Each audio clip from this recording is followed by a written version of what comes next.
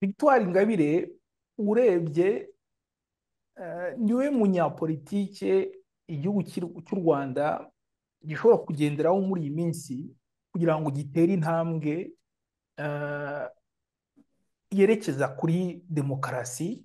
kuba madamu Victoire Ingabire yayajyamo byaba bifite akamaro cyane kuko byatuma buriya hari ibintu bibiri mbona abanyarwanda twibagirwa. Twibwira ko amatora ari muri cya gihe cyo kwiyamamaza twambaye tishati turi kubyina batusengereye, baduhaye udufaranga, hanyuma noneho no ku munsi w'amatora bakagutegeka ngo shyira igikumwe hariya, tukibwira ko amatora arangirira aho ngaho. Oya, hari igihe njya mvuga ngo amatora yose yabaye mu Rwanda ngo bimeze nka kwa kundi ikipe ya Arsenal ijya gukina n'ikipe yo muri Nyaruguru. Ubundi nimba utinya guhatana n'abantu, ni ukuvuga bya bindi uvuga ngo abaturage bagutora,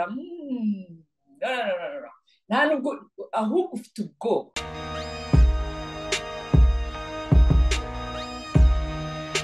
Ibihe byiza nshuti bakunzi b'imbarutso ya demokarasi, tubahaye ikaze mu bice murimo, yaba mu Rwanda ndetse n'ibihugu by'ibituranyi, ni ukuvuga Uganda, Burundi, Tanzania ndetse na Repubulika Iharanira Demokarasi ya Kongo, yewe n'abari hanze y'imbibi za Afurika ndetse no muri Afurika muri rusange, abari aho twita i Bogota, Masimbi, turabasuhuje. Mwe mukunda gukurikira ibiganiro by'imbarutso ya demokarasi. Uyu munsi dufite ikiganiro tugiye kuganira n'abari mu mahanga, ndeka mbite diaspora kuko ni nako biri.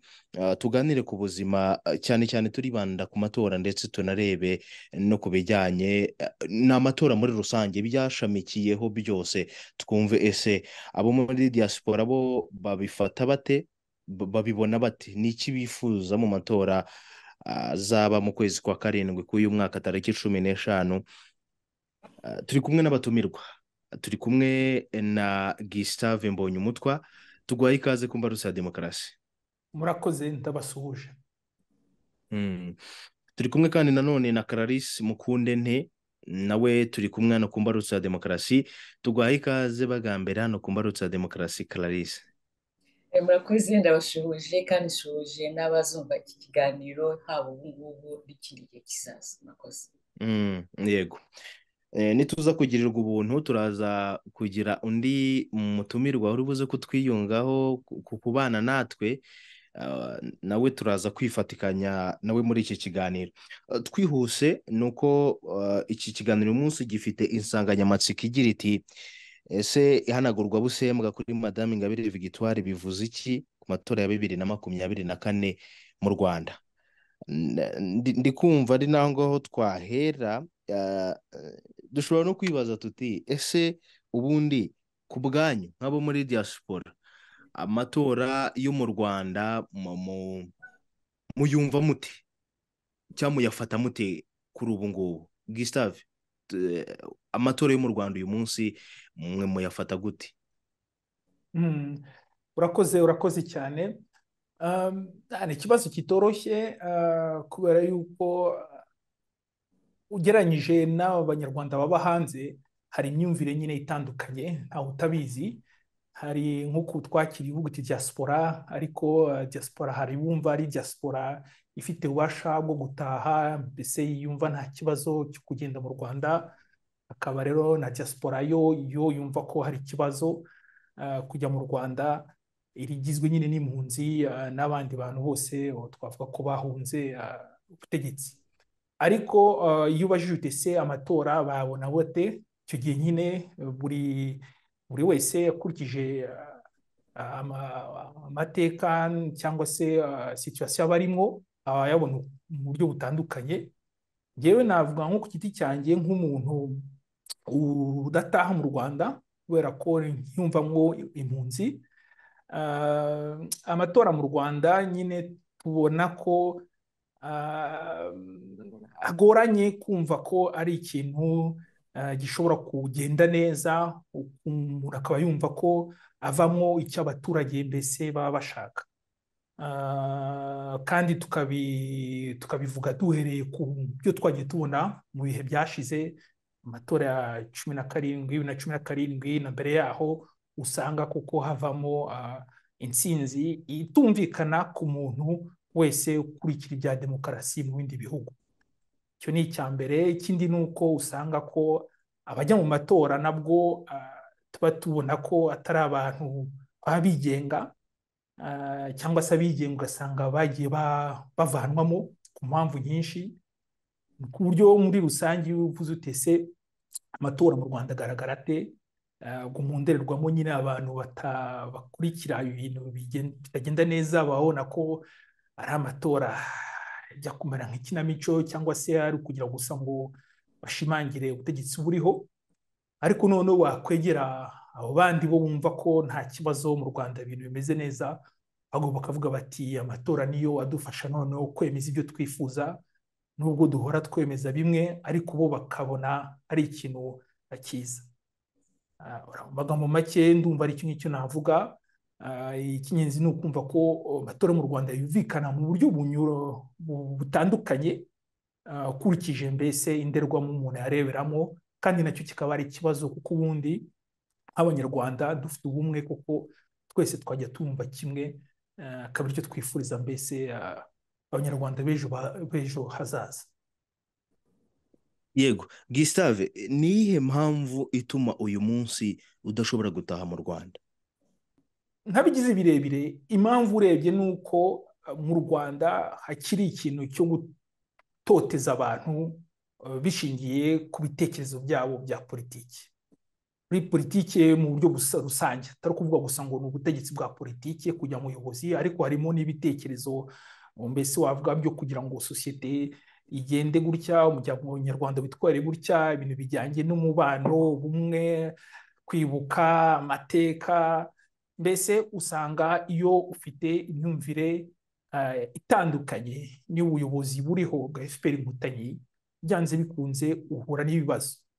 Njyewe rero nkaba ndi umuntu kuva kera hari ibintu mbona bitagenda, nkaba nariyemeje kubivuga, nkaba nzi yuko nawe bahaye inama mu Bubiligi mvuga ko nkiri impunzi nubwo bamaze igihe, bakomeza kunyibasira biciye mu nzira nyinshi cyane, yaba ku mbuga nkoranyambaga cyangwa se ku bundi buryo rwose ubona ko abantu batishimiye ko icyo nenga ku butegetsi buriho.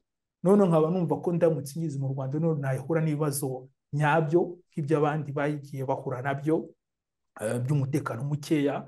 Ntabwo ndi butindeho, urabizi ko iyo umuntu atangiye kuvuga ibitagenda ahura n'ibibazo bikomeye cyane, agira amahirwe bikaba gusa gufungwa, akazaba yanafungurwa, ariko turabizi ko hari n'ababuriye irengero, hari abicwa n'iki byose.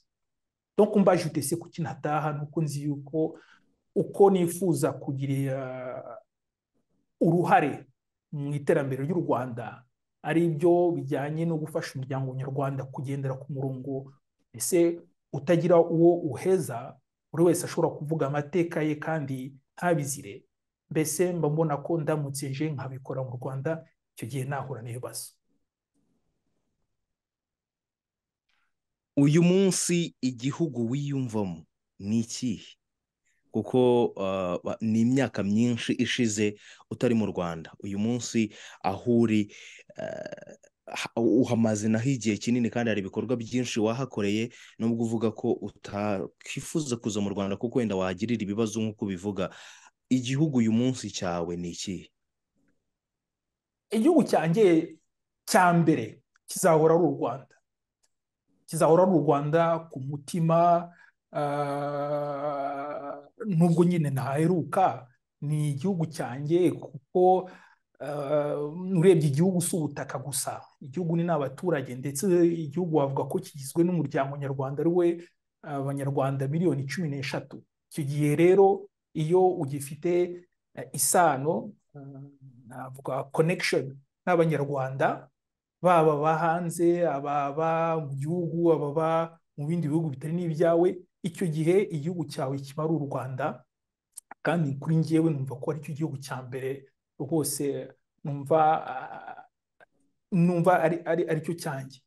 Ubundi rero kuba ntuye mu Bubiligi mpamaze imyaka igiye kuba 30, navuga ko igihugu cya kabiri nyine cyanyakiriye ari Ububiligi. akaba ariho ubuzima bwanjye urebye bwose hafi ya bwose maze kuhaba icyo gihe cyose, ariko igihugu rwose navuga ko ari icyanjye ni u Rwanda, kandi byanze bikunze nzagaruka, nzataha mu Rwanda, yaba kuhagera ngo masure nisanzure mpitemo kugaruka mu Burayi cyangwa kuhaguma, kubera ko ni igihugu cyanjye. Icyo ntabwo rwose ngishidikanyaho, hatari izo mpamvu za politiki nakubwiye, wenda nari kuza nkaba cyangwa se nkagira ikindi nkora, ariko igihugu cyanjye ni u Rwanda, aho rwose ntabwo nabitindaho. Clarisse, sitati y'ubuhunzi uyu munsi yavuyeho, ntabwo ikiriho mu Rwanda. Wowe mu Rwanda uzahaza ryari? Utahuke nk'impunzi itashye. Ngiye mu Rwanda narahajyaga, ngiye gushyingura umubyeyi wanjye, mama wacu. Nyuma yaho natangiye kuvuga akarengane mbona, noneho ndeba ukuntu ako karengane mvuga k'ibintu bigaragarira buri wese, abantu baburijwe irengero, abantu bazira kuko bavuze icyo batekereza. Ibyo ngibyo wareba ukuntu, kubera ko ubivuze ukabona ukuntu bakuvuze bati ntugomba kuvuga ibyo, bakakwandika mu binyamakuru. Ibyo bigatuma mvuga nti sinsubiyeyo, noneho nimba bafungira ba Karasira bafungira ko bavuze icyo batekereza, nanjye ikaba bavuga icyo ntekereza, bakaba batabikunda, nanjye nshobora kujya mu munyururu.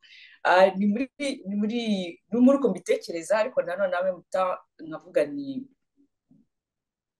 wagenda, ariko mfite ubwoba ridama ko nagiye, kuko nimba barafunze abandi babazize icyo batekereza, cyangwa nkabona ibyo nanditse bari kuvuga bati uriho urasebya igihugu. Ntabwo usebya igihugu, ahubwo ndi kuvuga ibitagenda kugira ngo bikosorwe. Ariko iyo umuntu avuze ati usebya igihugu, wanga igihugu, icyo gihugu uhita utinya kukijyamo, kuko kukubwira ngo uri umwanzi w'igihugu, icyo gihugu ari cyawe, ugikunda, waragikuriyemo, ushaka ko kinabaho neza, kigakundwa, atari gusa ngo imisozi, ngo gusa neza, ngo amazu, ushaka ko kinakundwa kubera ko cyubahiriza uburenganzira bwa muntu. Iyo rero uvuze bakubwiye bati uri umwanzi w'igihugu, icyo gihugu utinya kukijyamo, niyo waba ubishaka utinya kukijyamo. Voilà. Uvuze ku bijyanye n'uburenganzira bwa muntu, wenda ntabwo turi gutandukira ku ngingo, n'ubundi icyo tukiri kuganiraho ni uko Gustave hari ibyo yari avuze ku bijyanye n'ubuhunzi, turi kuvuga ku matora n'ubundi uburyo diaspora yakira. Clarisse, ibyo ngibyo byo mwebwe kuki mubifata gutyo ko ariko byagenze? Ni byese byabaye ihame? Ibiki? Ibyo ngibyo bijyanye no kuvuga ngo kuba mwebwe aho mwagiye mugatanga ibitekerezo byanyu, muvuga ngo ibi bikorwa ntibigenda neza, mukavuga ko noneho kuba bavuga ko mwanga igihugu, mwe mugahita mubifata nk'aho muramutse munaje mwagirirwa nabi, mwumva ari ihame? Kadusubire inyuma. Ntabwo u Rwanda, uburenganzira bwa muntu no kuvuga icyo utekereza mu Rwanda byabayeho. Genda ibuka, wenda sinzi mwebwe mwari batoya, ntabwo nzi imyaka mufite, ariko ndibuka hagati ya 1990 na 1994 hari amashyaka menshi, abanyarwanda bavugaga icyo batekereza, abanyarwanda banengaga ubutegetsi bwari b'icyo gihe, twakoraga n'imyigaragambyo tukajya mu muhanda, abanyarwanda bavuze icyo batekereza. Ntabwo ari ubu ngubu niho mbona bikabije bidahari, ariko ntabwo ari ukuvuga ngo kuvuga icyo utekereza, uburenganzira bwa muntu ngo nibyo mu mahanga. Ntabwo ari ibyo mu mahanga, nibyo no mu Rwanda hose, natwe twarabyigeze, nuko mbona byasubiye inyuma, ariyo mpamvu birwanira ko bigaruka. Ntabwo kumva ko bakumvuga ari ihame, ntabwo ari ihame, ariko nta kuntu utagira ubwoba iyo wumvise ngo umuntu ngo kuba ko yavuze, urumva biteye ubwoba. Donc ntabwo ari ukuvuga ngo ni ihame, ni ubwoba. Ngeze ndashaka kujya kongera abari mu munyururu, ntabwo ashaka kongera,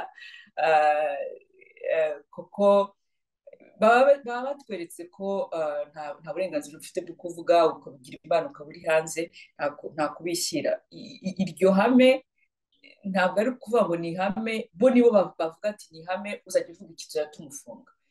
Tube hagati aho rero n'ubwo batugira, kuko ntabwo ushaka kujya kongera abantu bari mu munyururu. Murakoze. Gustave, ubu bwoba avuze bwo kuba mutaza mu Rwanda wenda ngo munarusure munarebe aho u Rwanda rugeze nyuma y'igihe kinini wenda mudahari, hari n'ibyo wavuze ku bijyanye n'ikinamico mu matora. Gustave, iri kinamico wavuze wabishingiye kuki? Ko mu Rwanda abaturage ubundi uko bisanzwe abaturage aribo batora umukuru w'igihugu ndetse bakanamushyiraho. Urakoze. No, navuze ko iyo umuntu ari hanze akabona ukuntu mu Rwanda amatora agenda, ukuntu umuntu ashobora gutorwa hafi 100%, nta kuntu umuntu ubona iby'amatora bibera ahandi n'ibihugu umuntu yahungiyemo byaba se n'ibindi bya Afurika bimaze gutera imbere muri demokarasi, ntabwo umuntu ashobora kumvisha ko ayo matora atagiyemo ikintu cyo gutekinika cyangwa se ikintu cy'ikinamico cyo kwerekana ko ari ubushake bw'abaturage. Ikindi ni uko nk'uko nabivuze, iyo urebye abantu biyamamaza bemerewe kwiyamamaza, ni uko babona ko nta bubasha bafite bwo gutwara amajwi umuntu baba bashaka gushyira imbere kugira ngo abone ayo majwi yose. Mbese usanga ari nk'ibintu nyine baba bateguye bagapanga bavuga bati ibintu bigomba kurangira gutya, asigaye bagashaka ukuntu berekana ko wenda abaturage batoye babishaka.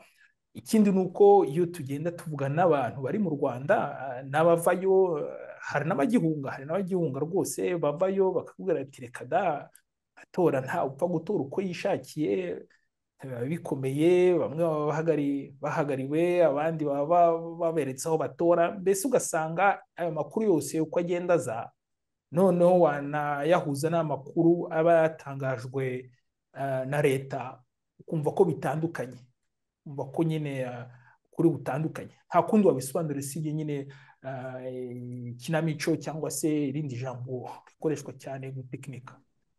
Nabuze ko ari uko bigaragara. Niyo mpamvu nk'amatora y'umwaka ari ikintu twabuze, reka turebe niba ibintu koko bishobora guhinduka, none amakuru azajya yavugwaho aturutse mu Rwanda ku bantu babirimo, tukareba niba yose ahuza avuga ko noneho uyu mwaka amatora yabaye mu buryo abantu bisanzura bagatora uwo bashatse, ndetse hari n'abakandida bafatika, cyangwa se nta bintu byo kwiba amajwi mbese biba byabaye. Wenda ikijyanye n'icyo wenda nk'abari muri diaspora mwifuza ko uburyo amatora yagendamo turaza kukigarukaho wenda turi kugana ku musozo w'ikiganiro cyacu.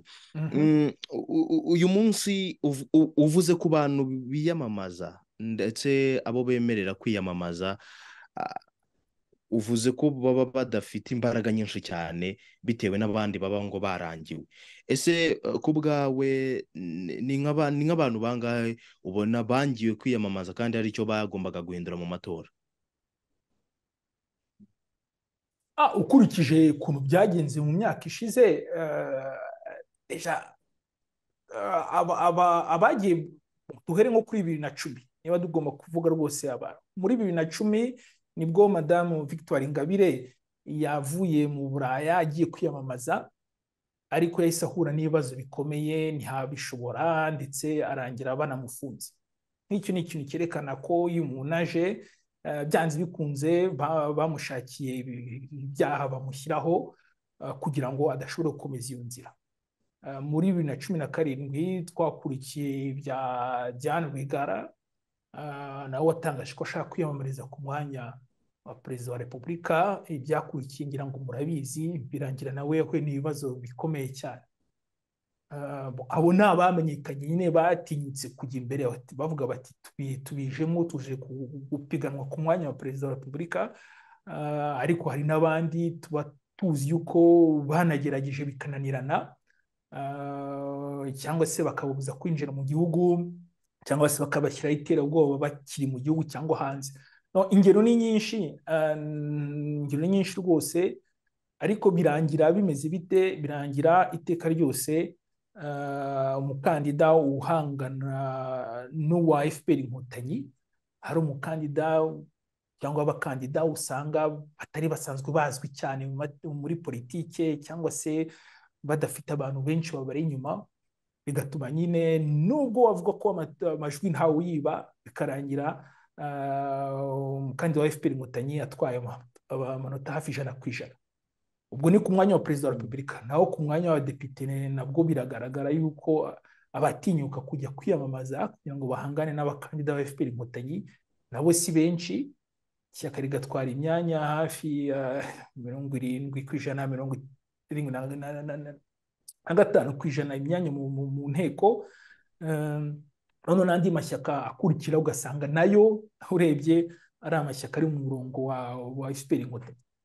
Ibyo byose nyine bitwereka ko ibintu mbese nta bwisanzure buhari, ni ugukurikira ku mpamvu nyinshi, haba harimo z'ubwoba wenda cyangwa se zo gushaka kubona imyanya. Ariko wa mukino wa politiki mwiza wo kuvuga ko hari abantu rwose bahangana kandi bafite ububasha bwo kwiyamamaza, ubu ntawe tubona, ntawe uhari.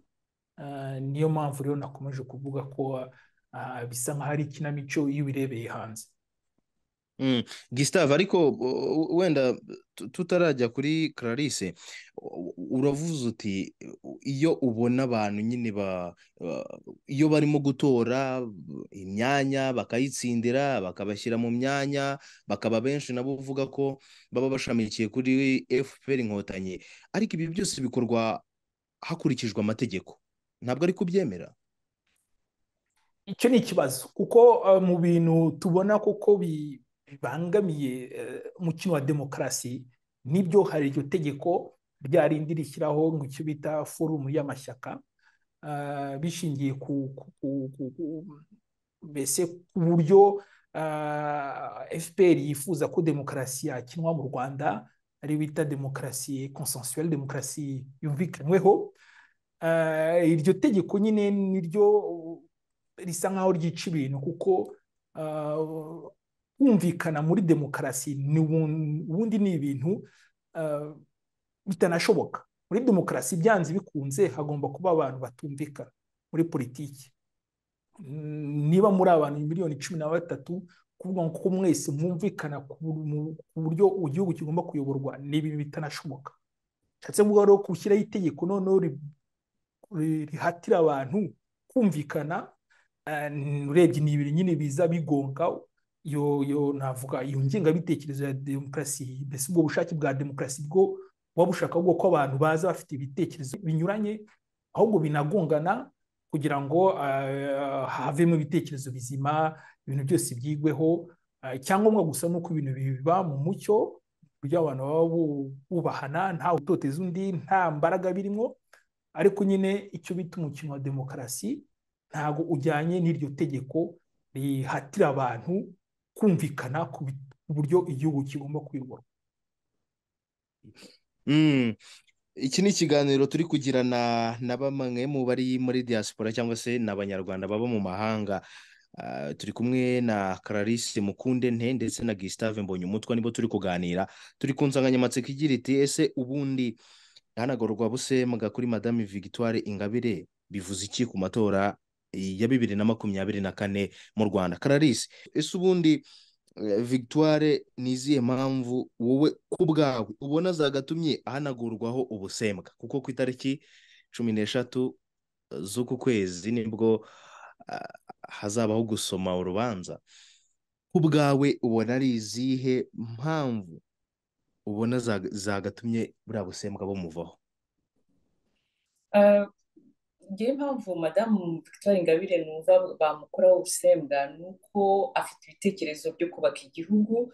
Hari abantu batekereza ko kugaya ibikorwa ari ukwanga igihugu, nk'uko nahoze mbivuga. Ntabwo, ahubwo kugaya bimwe bikorwa ni uburyo bwiza bwo guha abategeka kugira ngo bakosore, kuko no muri ibi bihugu tubamo ibintu biba biri ku murongo, usanga ni ibihugu bimaze imyaka n'imyaka bifite demokarasi, usanga hari abategeka ariko hari n'abari muri opozisiyo, n'abatavuga ubutegetsi hamwe nabo, bose icyo baba bahuriyeho ni ugukunda igihugu. Ni nka ko kundi uri nko mu rugo rwawe ukabona umubyeyi wawe cyangwa hari uwundi muntu mu rugo uri gukora ibintu yishakiye, mukaba muri abana akabatunga, akabaha ibintu byose, ariko akaba hari ibintu yica. Iyo nta muntu umubwiye ati ariko papa cyangwa mama ibintu uri gukora ntabwo biragiraho ingaruka izi n'izi n'izi. Niyo mpamvu mvuga ko no muri kugira abantu batavuga kimwe n'ubutegetsi ni ibintu byiza cyane, parce ni ibintu bituma ukosora.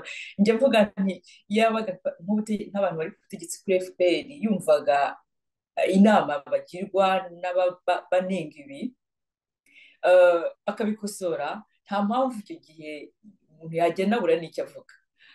Donc Ingabire, ngarutse kuri Ingabire, ni uko Ingabire ni umuturage w'u Rwanda ukunda igihugu cye, avugira abaturage, twabibonye, avuga n'ibitagenda kugira ngo babikosore. Ni umuntu kandi navuga ko ari bonne citoyenne, yagiye abyerekana inshuro nyinshi.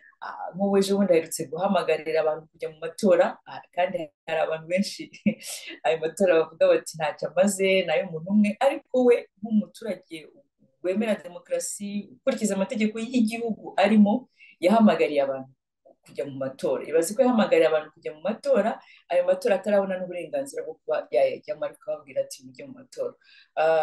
Ntekereza ko ubusemo bwamuvaho, kuko afite byinshi byo guha igihugu cye, afite byinshi byo kubaka igihugu cye. Ni umubyeyi w'umunyamahoro ushaka ko njye mbona mu bantu bose batavuga kimwe n'ubutegetsi ari we ahubwo wanafasha ubutegetsi buriho kubaka igihugu no kugira ngo kijye ku murongo, kuko ashima ibiriho, ibigenda neza arabishima buri gihe, hanyuma akanavuga bitagenda. Kandi hari abantu bajya bavuga ngo ariko ngo kuki utavuga ibyiza, utavuga ibyiza. Ntabwo inshingano za Ingabire ntabwo ari ukuvuga ibyiza. Ibyiza arabivuga evidama, inshingano ze no kuvuga uti hariya birapfuye ni gukosora. Kandi gukosora umuntu, burya baravuga mu Kinyarwanda ngo nibagiye ukuntu babivuga, iyo bashaka kuvuga ngo nibagiye ko babivuga, ariko ntibavuze ngo ubuze inshuti cyangwa ubuze umubyeyi abura umuhana. Donc niyo mpamvu numva ko bamukuyeho ubusembwa byamufasha, haba guhatira umwanya wa perezida wa repubulika cyangwa haba mu guhatira n'ubudepite, parce que ntabwo aravuga umwanya ashaka guhatanira, ngira ngo yaba umupolitisiye umwe muri bo ushaka amahoro, ushaka kubaka igihugu cye. Byafasha igihugu n'imyaka 30 ishize FPR ifashe ubutegetsi, ngira ngo ni igihe cyiza cyo kwerekana ko u Rwanda rukuze mu bitekerezo, rukuze muri demokarasi. Bemereye Ingabire ko akorwaho ubusembwa akabasha kwiyamamaza mu buyobozi bw'igihugu. Urakoze cyane Gustave. Victoire Ingabire umusobanuro ute muri politiki y'u Rwanda? Victoire Ingabire urebye niwe munyapolitike igihugu cy'u Rwanda gishobora kugenderaho muri iyi minsi kugira ngo gitere intambwe yerekeza kuri demokarasi yo ku rwego rwo hejuru, ku rwego ruruta urwo u Rwanda ruriho. Avuga demokarasi kuko abari mu Rwanda bavuga ko bafite iyo demokarasi yumvikanyweho, ariko ntawe utazi ko mu Rwanda ikintu cya demokarasi kidahari, kugendera ku mabwiriza ya FPR Inkotanyi. Niba rero hari abantu bavuga bati igihe kirageze kugira ngo abanyarwanda batangire batere intambwe, basatira ubundi buryo bwo kuyobora igihugu, ubundi buryo bwo kugira ngo abaturage bibone mu buyobozi, bibone no mu mategeko, guha amahirwe abanyapolitike nka Victoire Ingabire, ko si we wenyine, niwe ugaragara, niwe urebye ugikomeza bigaragaza no kwifuza ko yakora iyo politiki ari umuntu wo muri opposition. ariko hari n'abandi. Donc igihugu niba cyiyemeje gutera intambwe kugira ngo abanyarwanda bagire akantu gasa nka demokarasi kazaruhura imitima, kazatuma n'abantu benshi babona ko ibintu by'igitugu bishobora kugabanuka, rwose guha amahirwe abanyepolitiki nka Victoire Ingabire ni uburyo bugaragara bwo gutera iyo ntambwe. none navuga ko yego we ku giti cye nk'uko Kalisa bivuze afite ibitekerezo byiza rwose, kandi ubona ko aba ashaka kubaka. Ikintu mbona rwose mwemerera gikomeye cyane ni uko akora ibyo avuga, akora ibyo yemera. Nk'urugero ni ukuhaguruka avuga ati ngiye kujya mu butabera gusaba ko bamvanaho ubwo busembwa, kandi umuntu yakwibaza niba hambere hose bataramurenganyije, mbese ubwo butabera butaramurenganyije, umuntu agahaguruka avuga ati ngewe ndashaka igihugu gendera ku mategeko, nubwo azi ko ayo mategeko bakoresheje bamurenganya, ariko akanga agahaguruka akongera ati igihe kizagera mpaka noneho amategeko atangiye gukora neza. Ni ibintu mbona rwose bigomba kutubera urugero. Hari abantu benshi biheba bavuga ati niba ibintu bitarakunze ubwa mbere nta kundi ni kujya mu yandi mayira, ariko urwo rugero rwa Ingabire iteka ryose rwo kugaruka ku byo yemera, kandi ari ibintu ubona ko byubaka, nta bintu bya violence birimo, nta bintu byo gutoteza abandi birimo. Ni ikintu mbona rwose kigomba guhabwa agaciro. N'ubwo butabera bwakwigenga butakwigenga bugomba kumva ko igihe kigeze kugira ngo mbese abantu b'abanyepolitike, b'abanyamakuru n'abandi n'izindi mpirimbanyi ziharanira uburenganzira bw'abanyarwanda, ndavuga ngo uburenganzira bw'abantu iki ni kimwe, ariko uburenganzira bw'abanyarwanda nabwo burakeneye. Mbese abo bantu bose batangira guhabwa umwanya kugira ngo bakorere umuryango nyarwanda. Ingabire mbona rero ari urugero rwiza rwo kugira ngo iyo ntambwe igihugu cy'u Rwanda n'umuryango nyarwanda muri rusange bakeneye. Mbona ari umunyapolitike wafasha kugira ngo iyo ntambwe tuyitere. Gustave, ubu ushatse kuvuga ko uyu munsi ubuyobozi buriho budakorera abanyarwanda, niba numvise neza?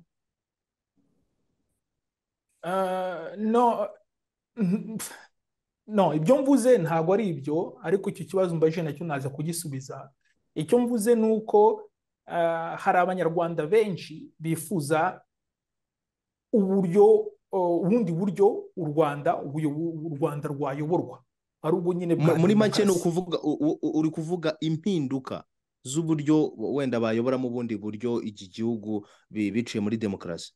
Ni impinduka, yego ni impinduka, ku buryo ni impinduka kugira ngo abajya ku buyobozi bajyaho batowe n'abaturage, kandi bakayobora bakurikije amategeko ariho, atari gukurikiza amabwiriza gusa. Donc iyo mpinduka urabona ko abanyarwanda bayishaka, kandi umuntu abashatse ko se yaba igaragara ite. Ibyo ngibyo nari nkubwiye, harimo deja kureka abanyamakuru bagakora akazi kabo, harimo no kunenga ibyo ubuyobozi bukora. Mu Rwanda twebwe tuba hanze turayibona, abantu baba batinya rwose kugira ikintu banenga ubuyobozi, bwa ubuyobozi bw'ibanze, ariko noneho ujya hejuru ugasanga ntawe utinyuka kugira ikintu kibi yavuga cyangwa se kwerekana icyo abona ari kibi. Donc demokarasi, iyo bavuga ngo haje demokarasi, haje ubwo bwisanzure, bigaragara mu bintu nk'ibyo. Abanyamakuru bigenga badatotezwa, baticwa, batabura ngo uko bavuze ko gahunda y'umuminisitiri itameze neza cyangwa se icyemezo cya perezida kitumvikana. Donc deja iyo mpinduka y'uko abantu bashobora kugira icyo bavuga mu bwubahane, cyangwa nuko abantu babivuga rwose bubahana, ariko umuntu akaba yavuga icyo abona kitagenda ntabizire. Ikindi rero ni icyo ngicyo cy'abanyepolitike.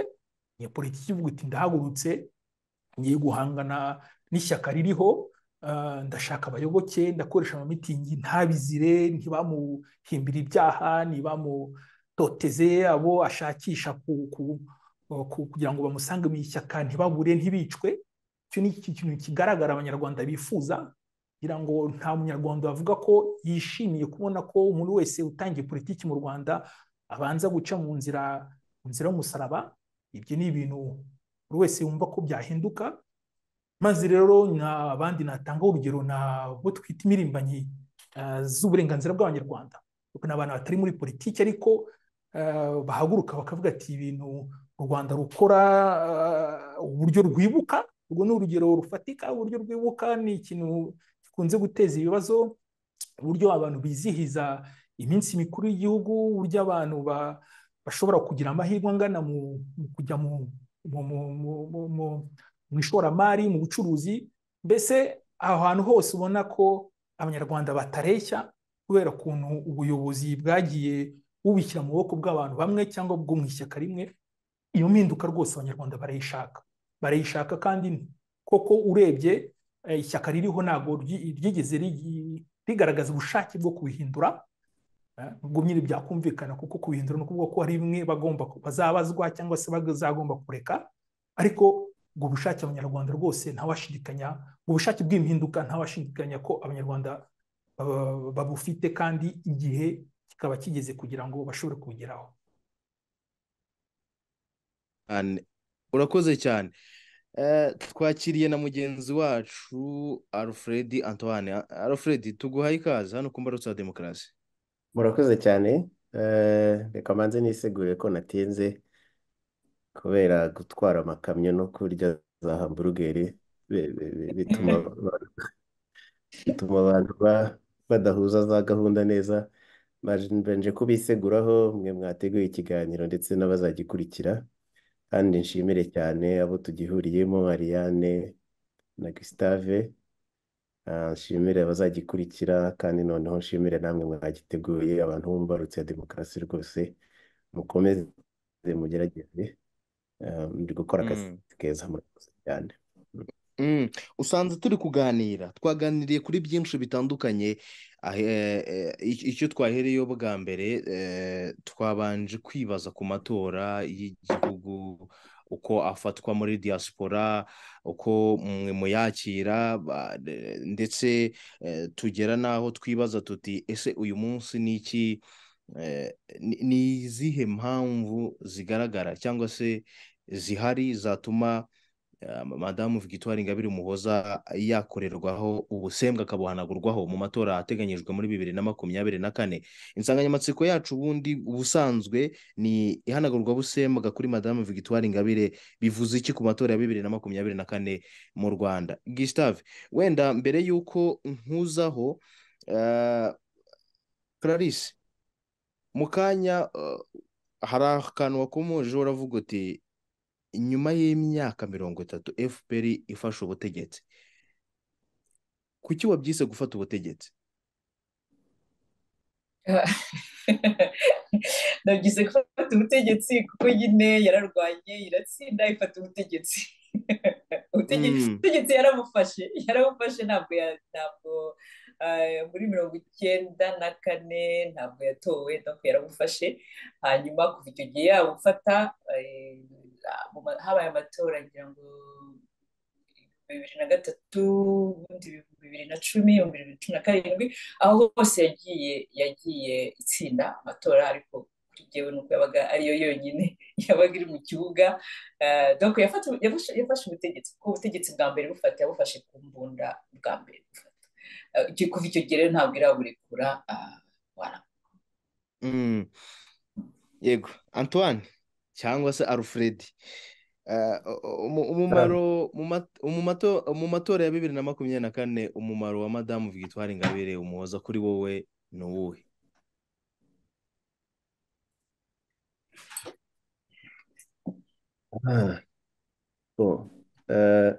Ni ku bibazo bikomeye ubanza mwarimu wabibikiye abakererewe. Gusa njye nabanza nkibaza nti kuko muze kumbabarira, njyewe mfite ugushidikanya kwinshi, kuko umuntu yabanza akibaza ati ese ubundi ibizaba muri uyu mwaka bikwiye kwitwa amatora, kuko tugomba kubanza no gusobanukirwa amatora, tukamenya niba turi buyite amatora cyangwa se niba turi buyite ikinamico ry'amatora, cyangwa se niba turi bubyite na ranjoma yabaye kugira ngo gusa wenda bari ku butegetsi babugumeho bakomeze bakinagaza abanyarwanda.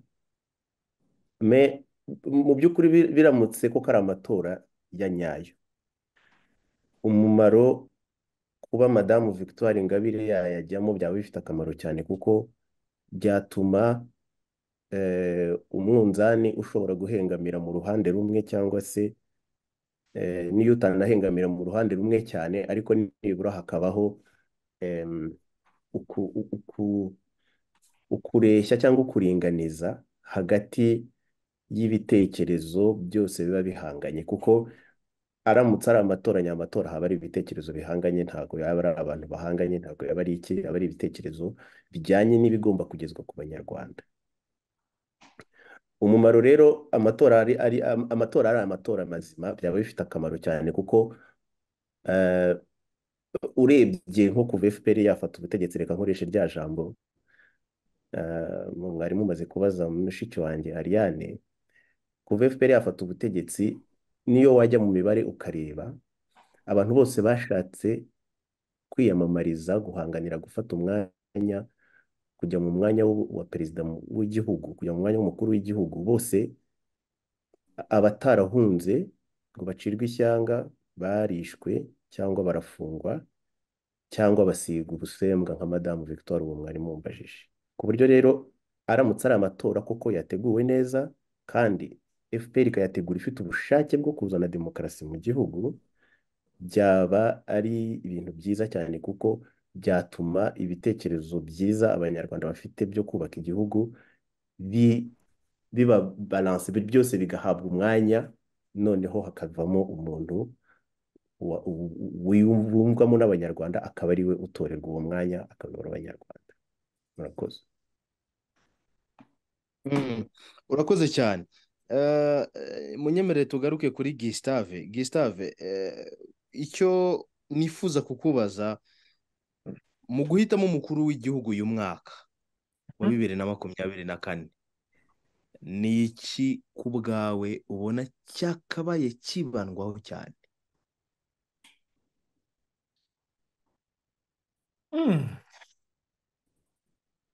Wansobanura gatoya aho ushaka ko tugana kuko iki ni ikibazo gifunguye cyane.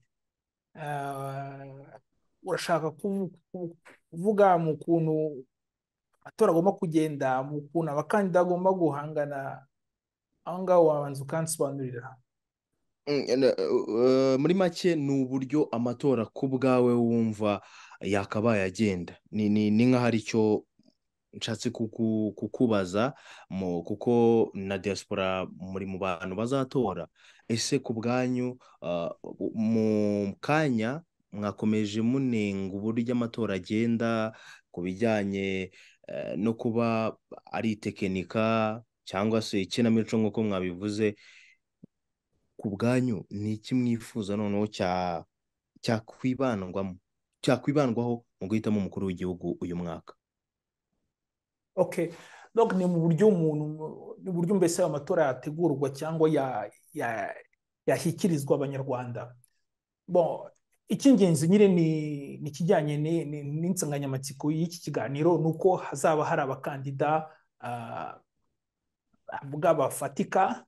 Sinshatse kugira uwo nsuzugura, ariko twese tuzi yuko amateka y'abakandida atabangana. Kuba rero hari umwe uzwi umaze imyaka 30 ufite ubutegetsi akajya guhangana n'ugaragaye ejo bundi muri politike, abantu bumvishe bwa mbere bumva ko ari kinyine kigaragara nk'ikinamico. Nubwo ikintu cya mbere navuga ni uko twabera haza abakandida uvuga uti aba ngaba abaturage barabazi, niba bahisemo usanzwe uriho kandi umukandida yaje, iki gihe wavuga uti none ya matora atangiye koko kuba ukuri. Nubwo ikintu cya mbere navuga ni uko haba hari abakandida kuko uvuga uti ntibari mu kwaha kw'ishyaka, ntabwo ari abantu baje aho ngaho gusa, mbese abanyarwanda nabo ubwabo bashobora kuvuga ati uyu nguyu arigenga, ni umuntu tuzi yuko asanzwe atavuga rumwe n'ubutegetsi buriho, ku buryo aya matora azaba koko irushanwa hagati y'abanyepolitiki abanyarwanda bashobora guhitamo. Icyo ni icya mbere. Icya kabiri, ngira ngo hari abantu b'impuguke cyangwa se abantu bagiye bakurikira amatora yabaye bagiye bavuga, hari byinshi cyane bagiye banenga ku matora yo mu Rwanda, wenda ntabwo nabona umwanya wo kubirondogora hano, ariko iby'ingenzi ni uko ikintu cy'iterabwoba kiba gikorwa ku banyarwanda kugira ngo batore uyu n'uyu nacyo cyavaho, ugasanga mbese umunyarwanda wese avuga ati uyu mwaka ubu ngubu ntatoye ishyaka ririho, ishyaka rifite igihugu ntacyo nzaba, kandi akabikora yumva koko yanabivuga ko hari nk'abantu bashobora kuvuga ati nzagenda sinzatora ishyaka banyeretse, ariko akanga akabiceceka kuko aba afite ubwoba no kuvuga ko yanze gutora ishyaka bamweretse. Nk'ikimenyetso cyakwerekana ko amatora arimo kugenda aba mu mucyo, ni uko abantu rwose bajya hariya bakavuga ati ngewe natoye iri shyaka, ngewe sinatoye iri ngiri, mbese ugasanga ntawe wumva ko afite ubwoba bwo kuvuga uwo yifuza gutora. Ntiwashaka guceceka vidama akabiceceka kuko n'uburenganzira bwe, ariko ikintu cyakwerekana ko ibintu byahindutse ni uko abaturage n'abanyamakuru bashobora kujya hariya bakavuga ati iri shyaka rwose twumva ko ritagomba gutorwa, uyu mukandida twumva ko yatorwa. Hakaba mbese deba nk'uko tubibona mu bindi bihugu by'abantu bashyigikiye bamwe cyangwa badashyigikiye abandi. Ikindi ni uko nyine amatora cyane cyane ay'abadepite bareka koko hakajyamo abandi bantu batari muri iyo forumu y'amashyaka isanzwe ihari. Ubwo nyine abazi amategeko basobanura ukuntu byagenda, urumva ko haba hari ikibazo cyo kugira ngo byubahirize amategeko ariho, ariko kubona ko kugira ngo ushobore gutorwa ujye mu nteko bigusaba kwita ujya muri ubwo bwumvikane baba baguhase, wakwibeshya ukazavuga ikintu kinyuranye n'andi mashyaka ukaba wabizira, kugira ngo byigize kugaragara ku bantu bamwe bagiye mu nteko mu bihe bishize batinyuka. Ndashaka kuvuga nka Frank Ntwari, ujya utinyuka kuvuga utuntu tutajyanye n'umurongo mugari w'ishyaka rifite ubutegetsi, ugasanga arabizira. Icyo nacyo ni ikimenyetso cyakwereka ko amatora noneho atangiye kuba mazima, kuba hajya mu nteko ishinga amategeko abantu batemeranya na gahunda ya leta na gahunda y'ishyaka ririho, kandi kuko bakabumva, bakumva ibyo bavuga bidafatika bakabyihorera, bakumva bifatika bakaba babizirikana, bakaba banabishyira mu bikorwa. Muri rusange ni ibyo bintu bitatu cyangwa bine nakubwira byakwerekana ko amatora y'umwaka atangiye kugaragara kundi. Na mushiki wanjye Alfred none akaba yabona ko nta kinamico kirimo, nuko nyine twese twabona ko iyo deba yabaye, abantu bagahangana koko bigashyuha. Ikindi cyakwerekana ko n'amatora ari mazima ni uburyo abantu batorwa. Biriya byo gutorwa 99% nabyo usanga harimo akabazo. Byumvikana ni uko iyo byagenze gutyo byanze bikunze abantu baba bagize ubwoba cyangwa baba baba hasi ku ngufu kugira uwo batora. Donc ikintu cyakwerekana ko amatora atangiye kuba mazima ni uko abatsinda bajya batsinda ku mubare uvuga uti abanyarwanda batinyutse kuvuga icyo batekereza. Nacyo ni ikintu cyakwerekana ko amatora yaba atangiye kuba mazima. N'ibyo navuga, ubwo n'abandi banyuzuza tugakomeza. Alfred, hari ikintu avuze cyo gutorwa 99% cyangwa 100%, uraseka. Kuki usetse? Biransekeje kubera yuko buriya hari ibintu bibiri mbona abanyarwanda twibagirwa. Tujya twibagirwa ko turi ishyanga rinini, ko turi abaturage benshi, turi abaturage bakaba hafi 15,000,000 ku isi hose. Kandi noneho wenda reka tuvuge ko muri abo 15, 40% aribo bemerewe gutora, kuko wenda 60% baba bakiri mu myaka yo hasi, ari abajene badashobora gutora. Ariko ntabwo wambwira ko 40% bya 15,000,000 batoye umuntu umwe 99%. Ntabwo byumvikana. Surtout noneho abantu nk'abanyarwanda babayeho mu mateka twabayeho tutaranabasha kumvikanamo, babaho mu bukene, bafite ibibazo bitandukanye n'ibisubizo, ndetse bumva banafite ibibazo bitandukanye ku bibazo by'ubukene babamo. Ntabwo byumvikana. Buriya n'uwagenekereza yajya, ubwo ndi kugira inama FPR, ubutaha niba amatora izagenekereze ifate wenda nka 71.3%, nta kibazo n'ubundi zaba yayatsinze, ariko ntizajye gutumbagiza ngo 99% twamutoye Kagame ubwo, hanyuma yaza kudusura hari iwacu i Nyamasheke akaza afite abasirikare 18 bamuzengurutse aje kureba umuturage hari iwacu Gashirabwoba. Ubwo se tuba twamutoye? Ntabwo ari byo, ntabwo bihura. Ushyize mu bwenge ugasa n'uhuza utwo tuntu tubiri, ntabwo bihura. Icya kabiri twibagirwa, abanyarwanda cyane cyane nanjye nibariyemo, twibwira ko amatora ari muri cya gihe cyo kwiyamamaza twambaye t-shati turi kubyina batusengereye, baduhaye udufaranga, hanyuma noneho no ku munsi w'amatora bakagutegeka ngo shyira igikumwe hariya, tukibwira ko amatora arangirira aho ngaho. Oya, ntabwo amatora arangiriraho. Amatora arakomeza kugeza igihe ayandi azabera, kuko burya iyo turi gutora iyo umukandida ari kwiyamamaza aba ari gushaka kontara, aba ari kuzatubwira ati nzabubakira umuhanda, nzabubakira ivuriro, nzabashyiriraho interineti idacika nk'iyi ngiyi ndi gukoresha, nzabashyiriraho ibi n'ibi n'ibi. Noneho twamara kumutora aba agomba kujya kuzuza bya bindi. Hari igihe abanyarwanda twibeshya yuko amatora ari mu gihe cyo kwiyamamaza, ndetse na cya gihe winjira muri ka kazu ukitora ugatera igikumwe ku mukandida wawe. Ntabwo birangiriraho, burya bigomba gukomeza. Abakandida badutoye tuba tugomba gukomeza kugira uruhare rwo kubabaza tuti bya bintu mwatwemereye bigeze hehe. Niho Gustave yavugaga ati niyo bazemera utemera gahunda ya FPR akazajya mu nteko ishinga amategeko akagira ijwi, akajya abasha kubaza leta ati bya bintu mwemereye abaturage mu matora mubigeze hehe mubikora. Ntabwo rero amatora arangirira ku munsi yabaye, arakomeza kugeza igihe ayandi azabera. Wa muntu ibyo yatwejeje yaba yarabikoze, tukongera tukamutora, cyangwa haba haje undi uri budufashe akatwizeza ibindi bizaduteza imbere, akaba ari we dutora.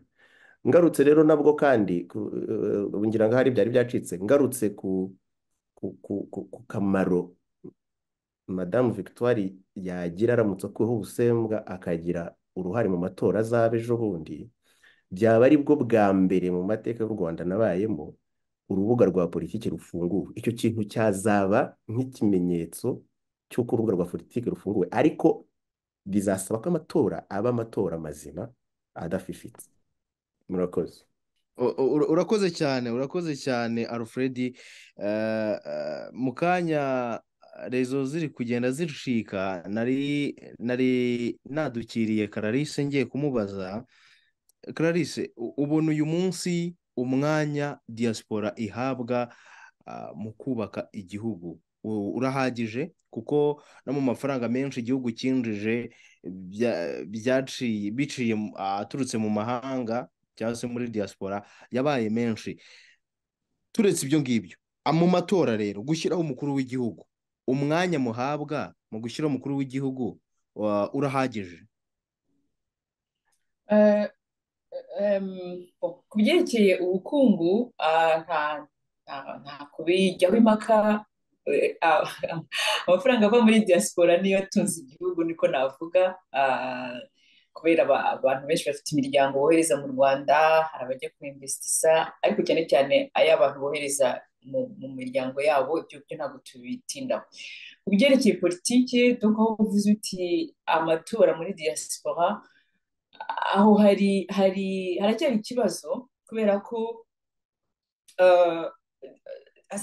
biterwa na diaspora tuvuga. Ubundi twese turi diaspora, abanyarwanda bose baba hanze ni diaspora, ariko iyo urebye ukuntu igihugu abo kivuga ko ari diaspora ni ba bandi bakurikira umurongo w'igihugu nta kunenga, nta kintu. Navuga ko ari n'abantu bajya muri za ambasade, usanga nk'ubu hano turi hanze twese turi muri diaspora, ariko bavuze diaspora kenshi hari umurongo wabo barimo, bafite gurupe yabo, usanga ntabwo abanyarwanda bose bibona muri diaspora rwandaise nubwo twese turi diaspora ariko icyo gihe ni amakosa y'u Rwanda nta kintu ikora kugira ngo n'abatavuga n'abanenga u Rwanda nabo ni diaspora ubundi nabo bari bakwiye kubegera kuko nabo bubaka igihugu baranacyubaka kuko birirwa bohereza amafaranga iwabo donc hari tubaze nk'abantu bari hanze batunze igihugu ntabwo ari abari no mu murongo wa leta gusa ahubwo abenshi n'abatari no mu murongo wa leta abo rero no ku byerekeye politiki nabo wabegera niyo bavuga kuko ntabwo dufite imbunda ntabwo tugiye kurasa abo ngewe nemera nabo tumeze kimwe ntabwo igihugu cyacu tugishakira amahoro donc ntabwo ibitekerezo ntabwo byica umuntu nimba mvuze ngo uriya mwana yazize iki kuki abaturage muri Kangondo mutabaha ingurane zabo ibyo mvuze nta kintu biri butwa bikurikiza cyangwa n'udashaka kubikurikiza unambwira impamvu ariko ntabwo nyita umwanzi w'u Rwanda ngo nuko nabivuze ntekereza ko diaspora iri hanze ni nini ariko ntabwo bayegera kuri byerekeye nk'ibyo by'amatora ngewe nkubwije ukuri nge nkunda itegeko nshinga ry'u Rwanda rivuga ko haba amashyaka menshi iyo haba amashyaka menshi ni ukuvuga ko hari guhatana competition ni nayo mpamvu bavuga ngo perezida w'igihugu ngo yagiye kwiyamamaza aha yaka abaturage amajwi ubundi mu ishyaka rimwe nka kera cyangwa ku by'ubwami icyo gihe ntabwo runaka amashyaka asike barayaguha bose kuko nta wundi muntu uhari ariko niba bavuze ngo tugendera ku mashyaka menshi kandi ngo ni kuzitoza ntabwo hari igihe njye mvuga ngo amatora yose yabaye mu Rwanda ngo bimeze nka kwa kundi ikipe ya Arsenal ijya gukina n'ikipe yo muri Nyaruguru donc ikipe yo muri Nyaruguru iri bubone amajwi 0 n'ibice bingahe ukina Arsenal gute yajya gukina n'ikipe gute yo muri Nyaruguru kuko ndashaka competition igihugu cyanjye gikunda hari itegeko nshinga ryemera amashyaka menshi nk'uburenganzira bwo gutora ariko ufite abakandida mvuga ngo niyo nareba ibitekerezo nshobora no kureba ibitekerezo bya FPR gasanga ifite ibitekerezo byiza ariko ifoko n'undi ku ruhande ahatana na perezida wa Repubulika Kagame nawe afite ibitekerezo kandi nawe afite imbaraga kuko kuma umuntu kuvuga ngo mujye gukora kurse warangiza hakaza ingwe ujye kwirukankana n'akanyamasyo ngewe iyo kurse ntabwo njya kuyireba nta nibwo nyijyamo nta n'ikintu imaze kuko nzi umuntu uri butsinde kandi ikibazo ntabwo atsindira kuri 60%, 70%, aratsindira hafi 100%. Iyo competition se nayijyamo kubera iki donc aha ngaho niho mvuga abantu bo muri diaspora ndibaza n'abo mu Rwanda kugira ngo twinjire mu matora nibaduhe competition nziza niyo mpamvu kandi erega FPR nta niki igomba gutinya kuko wundi nimba utinya guhatana n'abantu ni ukuvuga bya uvuga ngo abaturage bagutora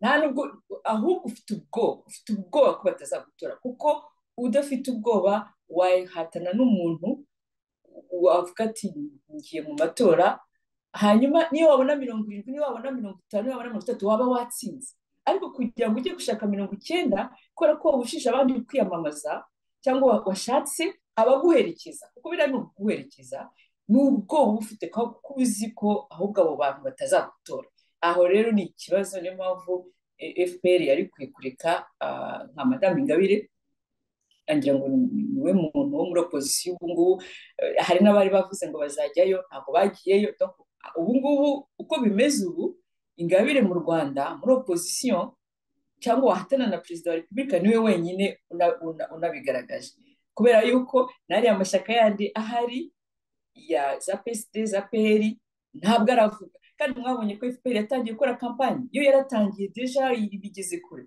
abandi bose bari hehe Kagame aziyamamaza wenyine donc na bariki Ingabire yiyamamaze noneho natwe muri diaspora two hanze tuzajya gutora kuko giye nibaza n'umuntu nanone nka wundi Nahimana nzigumira mu rugo kuko nzavuga ariko sinajya gutora iki ko umukandida ahari yarangije amatora yarangiye iki ntaho njya ariko nibazana umukandida nka Ingabire cyangwa bakazana ubundi ushobora guhatana icyo gihe nzagenda ndebe porogaramu zabo njye gutora ntsindwe cyangwa ntsinde kandi nintsindwa zabyemera ninatsinda nabyo bizashoboka ariko ngomba kugira plaisir yo kujya gutora kwa ko ngiye gutora aho kujya kureba aho ingwe yirukanka n'akanyamasyo ngo ninde uri butsinde iyo kuruze nanjye nzahitaye najya murakoze.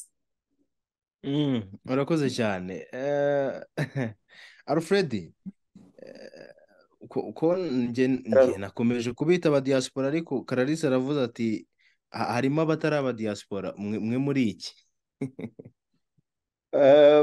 Bon, njye ndumva umunyarwanda wese udafite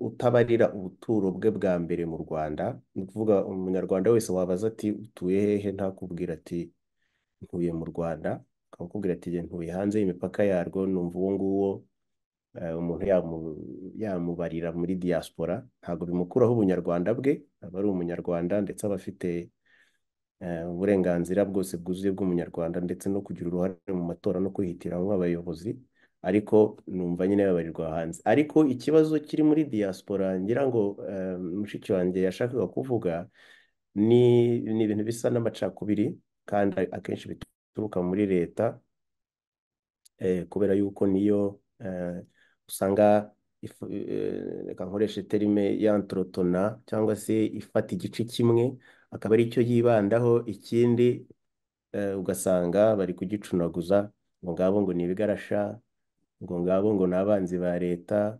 Ugasanga ni disikuru buri gihe ziva muri leta ziri gufata igice kimwe cy'abanyarwanda zikagitoteza zikagishyira ku ruhande, ariko zigafata ikindi zo zikagifata neza. Kuri diaspora kandi kantu navuga ni uko amatora aramutse yabaye amatora mazima, kuko mushiki wanjye yavugaga yabaye amatora abantu bari buhanganisha ibitekerezo kugira ngo igitekerezo gihawe amajwi menshi abe ari cyo kiyobora abanyarwanda, diaspora yakora akazi gakomeye cyane, kuko burya abantu bari hanze y'igihugu ndetse yewe n'abari muri Kongo burya nabo birirwa bavuga ngo bari mu mashyamba n'ibiki babatuka, burya nabo bagize experience y'amatora mazima. Amatora Kongo imaze kuvamo nibura yatanze urugero rw'uko Kongo ishobora gukora amatora mazima kandi yikoreye ubwayo. Abo bantu iyo rero wabaye mu kintu uba ushobora kugira uruhare rwo kugikora nawe iwawe mu rugo. Abadiaspora babaye mu bihugu, ntituvuge iby'i Burayi, ntituvuge ibyo muri Amerika, wenda twaba tugiye kure, hari ibihugu byo muri Afurika birimo abanyarwanda babarirwa muri diaspora rwose kandi byakoze amatora meza. Iyo experience yo kuba barabaye mu bihugu byabemwe amatora ishobora gufasha abanyarwanda kuganiriza bene wabo bari mu gihugu ati muhumure, twe twabibayemo hano muri Kongo, twabibayemo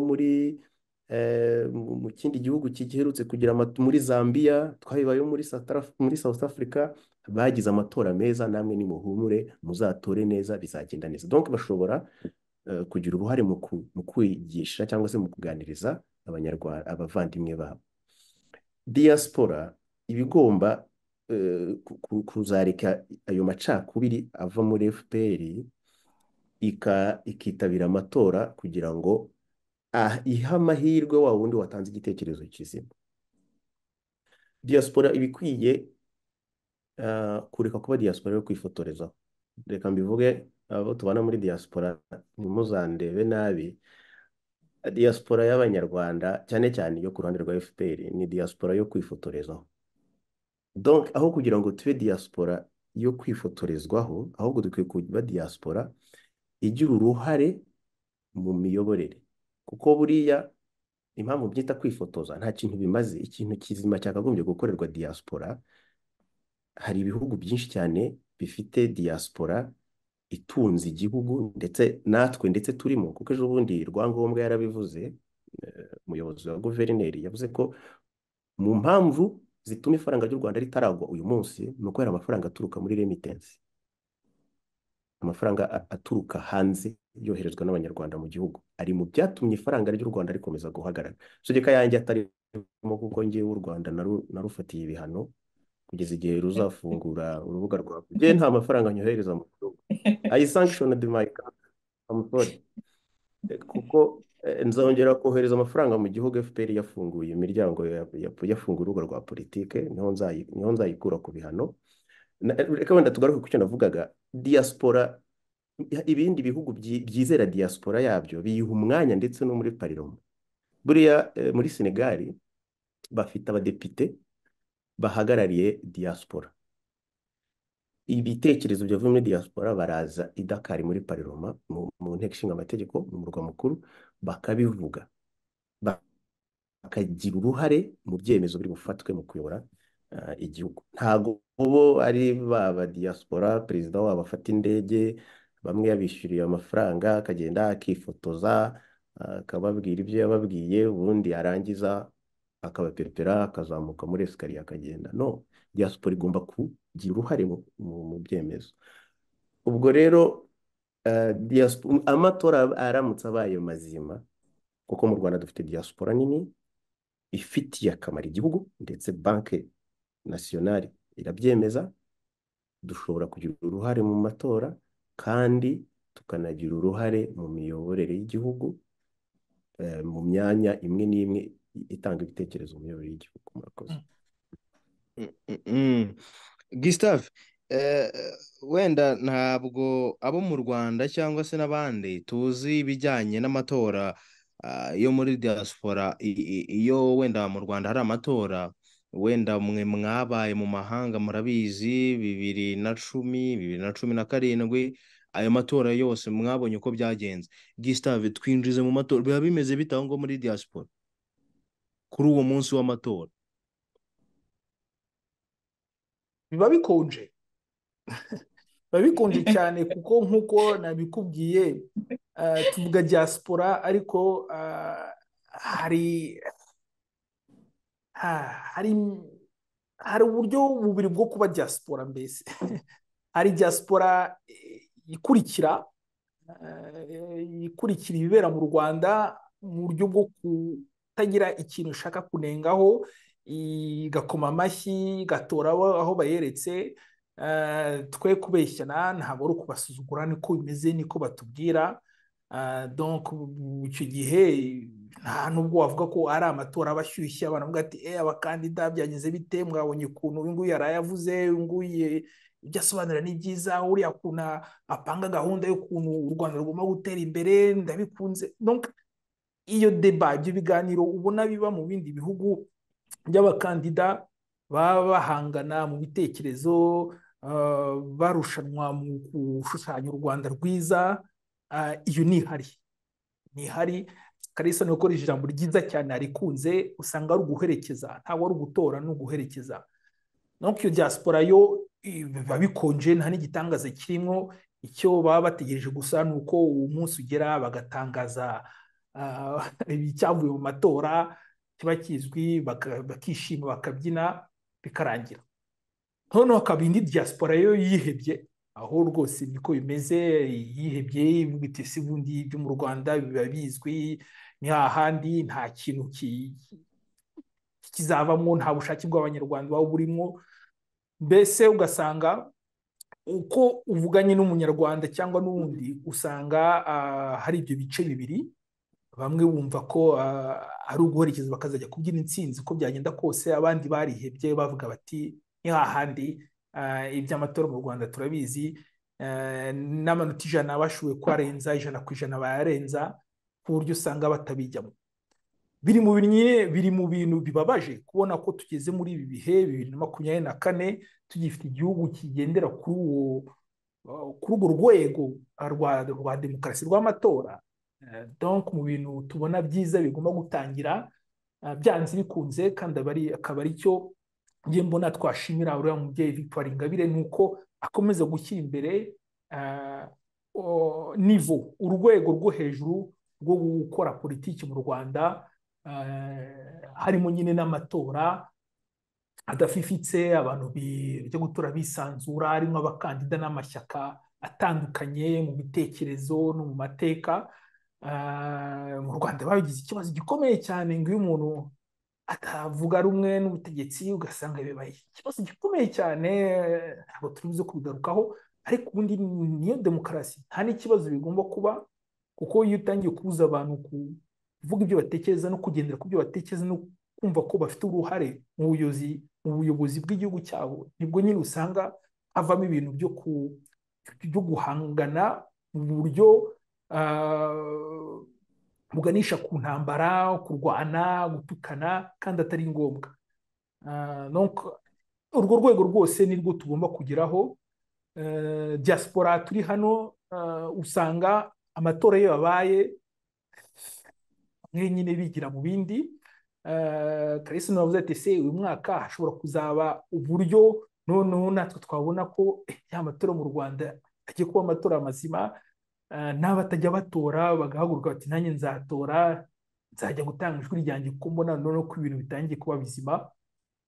Njye mbona ari aho ngaho tugana muri diaspora, nuko tuzajya natwe duhaguruka tuvuga tuti ijwi rya buri wese rifite agaciro, noneho umuntu akazajya ajya gutora yumva ko koko ari gukora inshingano ze z'umunyagihugu, ukunda igihugu cye kandi wifuza ubuyobozi navuga ko abanyarwanda bose bibonamo. Urakoze cyane Clarisse. Naramuka Victoire Ingabire Umuhoza adakoreweho ubusembwa, hari icyo bizahungabanya ku matora?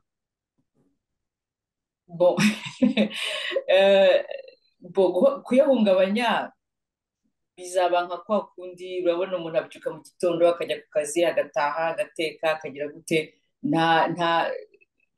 icyo gihe ntashaka ntazirirwe banakora amafaranga cyangwa Kagame yiyamamaza bazahita bamushyiraho atorwa. Ntabyo bizaba bimaze, kuko iyo uvuze ngo amatora ni ugutora, ni uguhitamo. Rero se icyo gihe niba nta guhitamo kubaye, kuki byitwa amatora? Ntabwo byari bikwiye kwitwa amatora.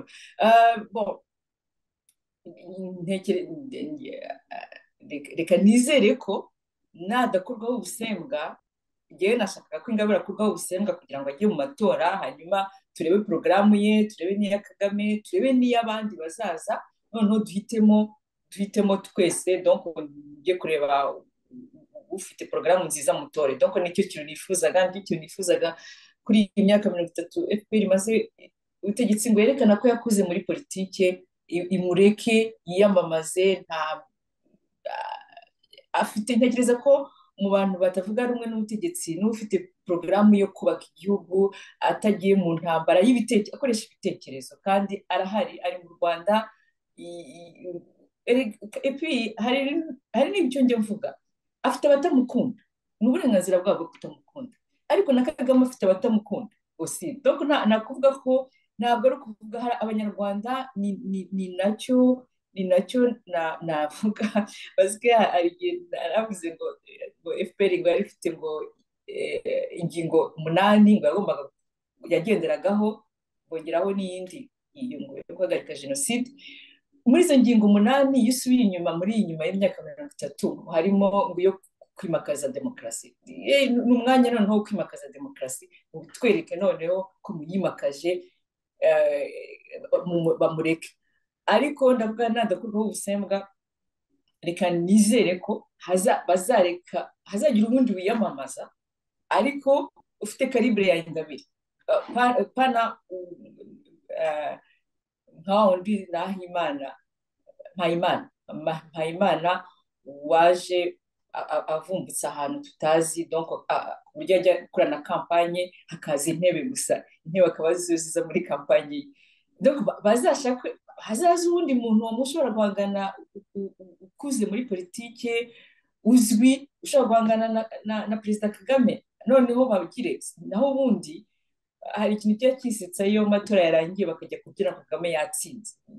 Nta nubwo mbyumva iyo babyina Kagame yatsinze, ntabwo aba yatsinze, aba yashyizweho, ariko ntawaba yatsinze, ntawe kuko ntawe baba bahatanye.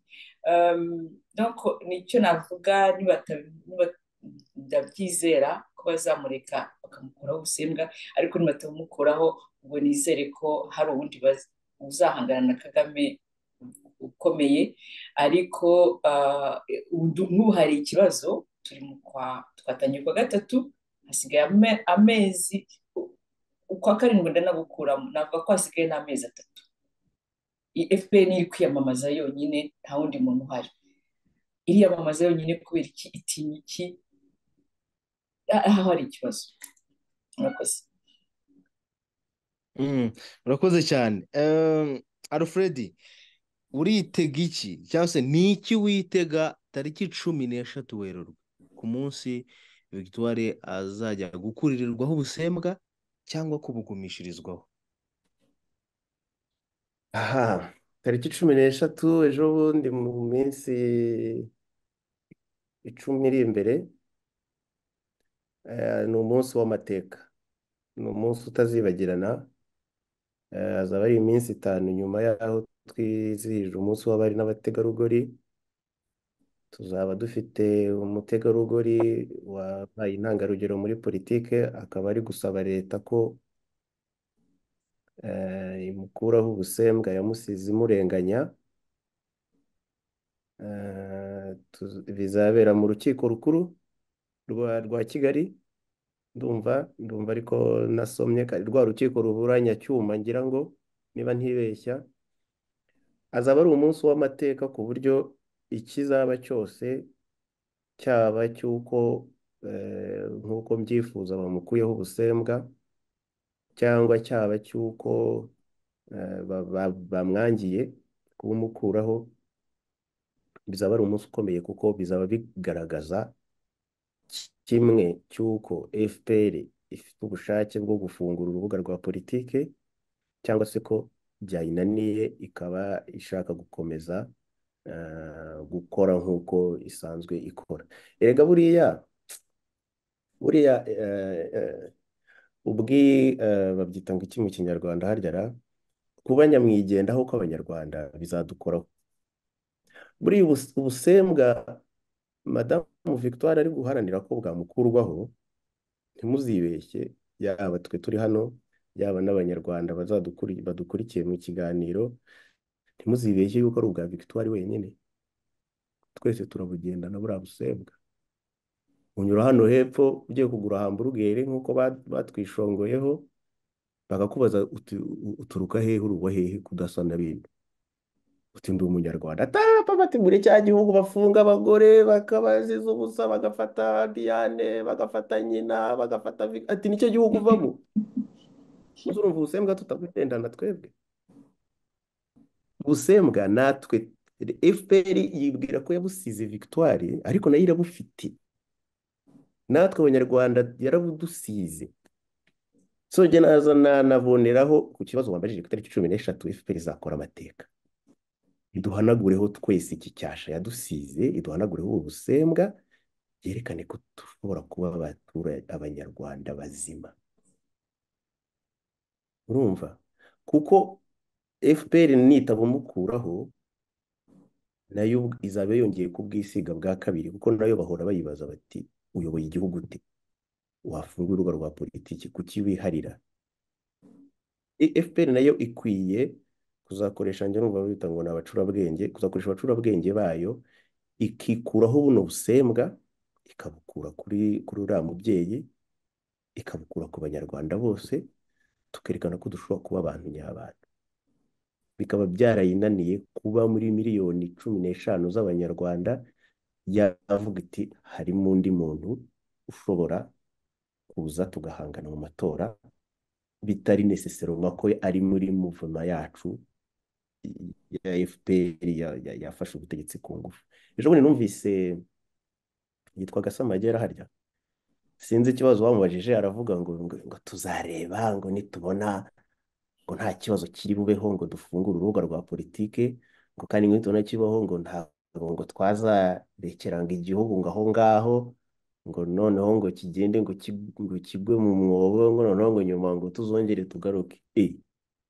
muri abamajisiye se mufite imbaraga z'uko ni mwe gihugu kwa no no no no ntabwo ushobora kuvuga gutyo turi miliyoni 15 nimureke abanyarwanda bihitiremo ntabwo ushobora kuvuga ngo ni njye kamara ni njye ugiye gufata icyemezo oya donc ku itariki 16 ni itariki ikomeye ntegereje yuko FPR izafata icyemezo cy'amateka ikaduhanaguraho icyasha abanyarwanda twese nayo ubwayo itiretse ikahanaguraho ubusembura mubyeyi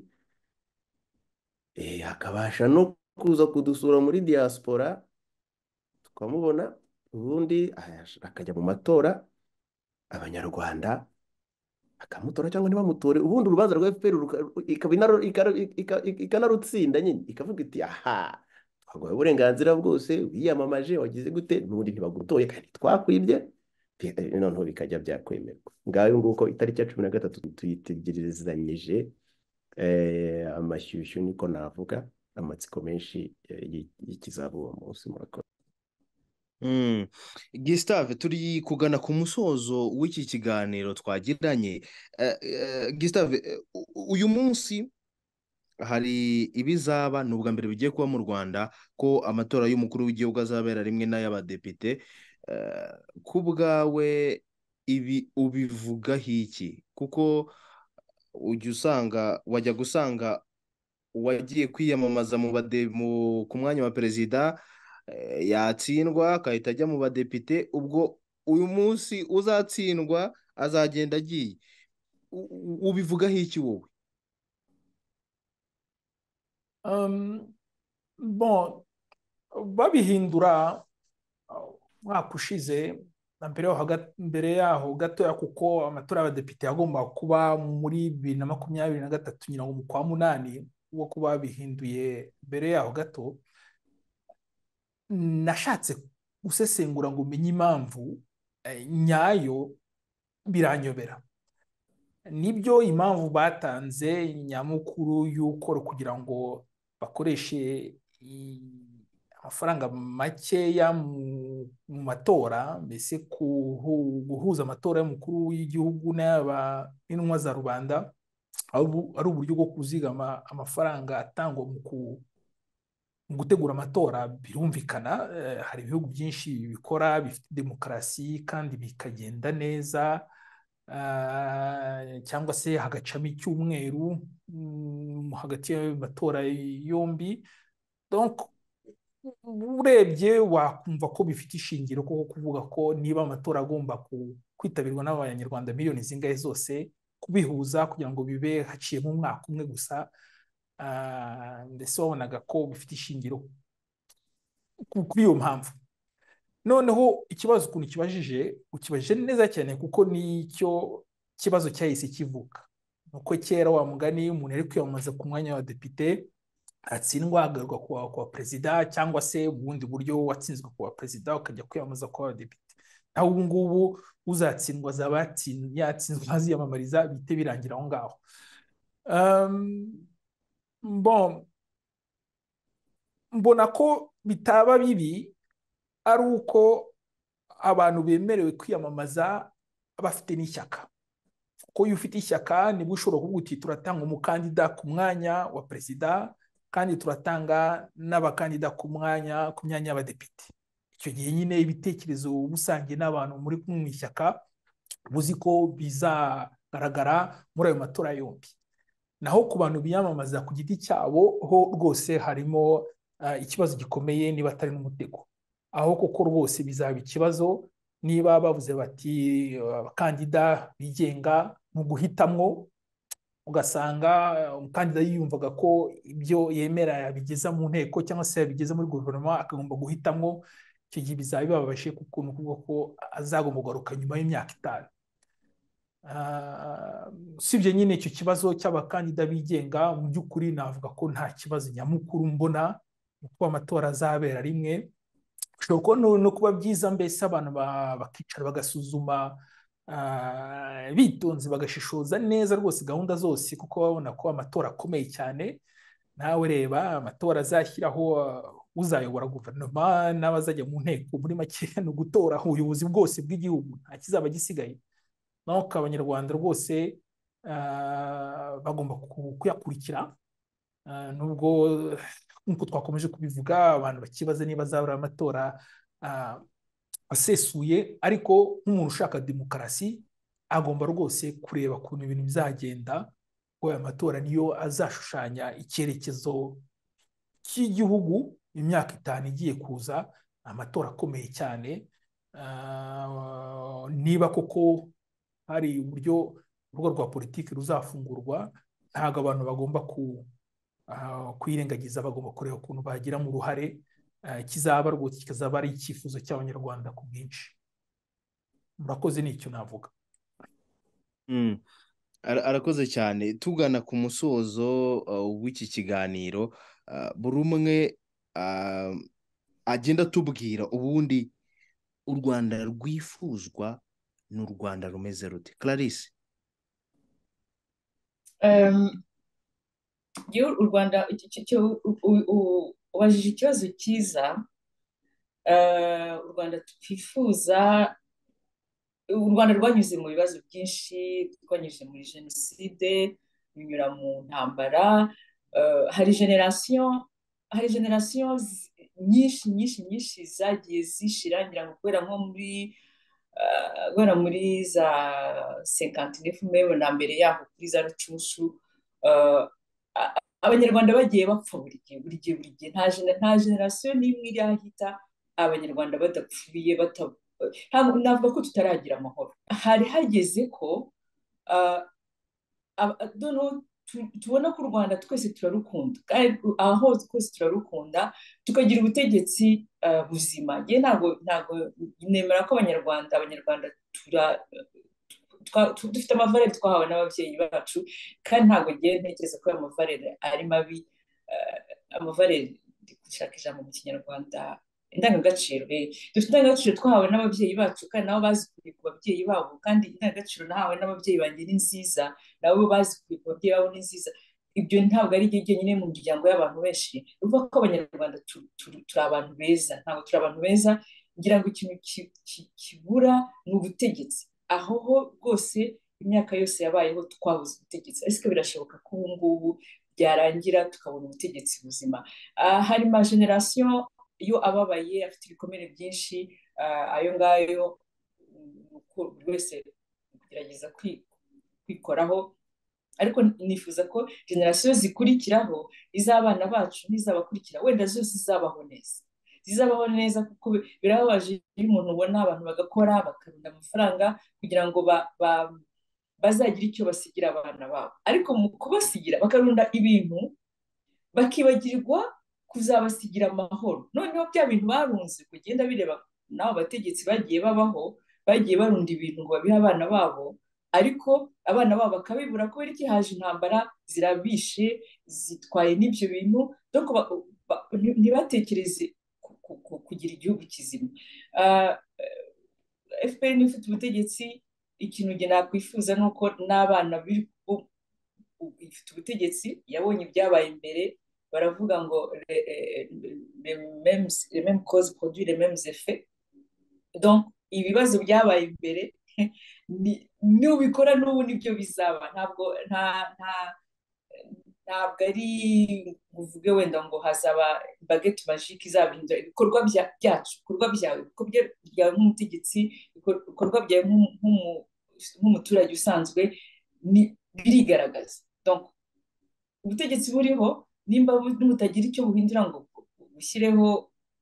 bukureho akarengane, bushyireho demokarasi, bureka abantu bisanzure, bureka ibyabaye imbere n'ubu bizaba, kandi noneho n'ibizaba nabo n'abana babo. Ntabwo niyo mpamvu uvuga nimba badashaka no gukunda abanyarwanda, ntibakunda abana babo, batekereza. Donc ugenda u Rwanda nifuza, kandi u Rwanda ni rwiza, ndarukunda, n'amategeko ariho ntabwo ari mabi, ni meza. Ngewe icyo nabifuriza, icyo nifuriza kubaho neza, icyo nifuriza n'abategetsi bariho nabo kubaho neza. Kubaho neza ni ugutekereza u Rwanda rw'ejo, ni ugutekereza kuraga abana bawe igihugu kizima, kuraga abana bawe igihugu cy'imiborogo, nabo bazahora barwana bari inyuma. Birababaje kubona ukuntu umunyarwanda yishisha undi munyarwanda iki gihe. nicyo kintu kibabaje kugira ngo wishimire kubona umunyarwanda ukavuga uti arakora iki, arankuraho iki, zo kugenda bifuza ko u Rwanda ruba igihugu dukunda twese kandi turagikunda, tukagira abategetsi beza. Nicyo nifuza u Rwanda, no kugira abategetsi beza.